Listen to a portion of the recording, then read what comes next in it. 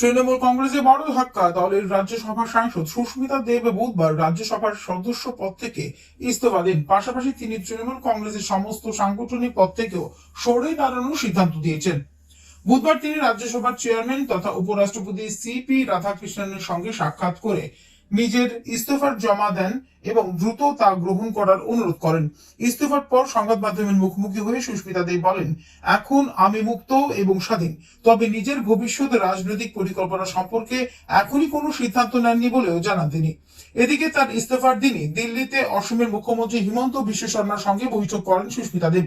এই বৈঠককে কেন্দ্র করে বিজেপিতে যোগদানের জল্পনা তৈরি হলেও তিনি জানান, দীর্ঘদিনের ব্যক্তিগত পরিচয়ের কারণে এই সাক্ষাৎ হয়েছে।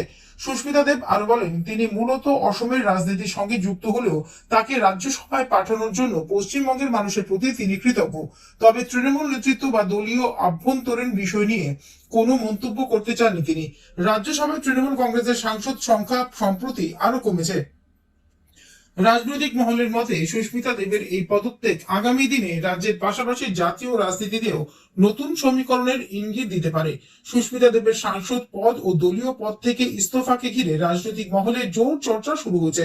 আগামী দিনে তার রাজনৈতিক অবস্থান কি হবে এবং তিনি কোনো নতুন দলে যোগ দেবেন কিনা সেদিকেই এখন নজর রাজনৈতিক পর্যবেক্ষকদের। Bureau report, news update Tripura.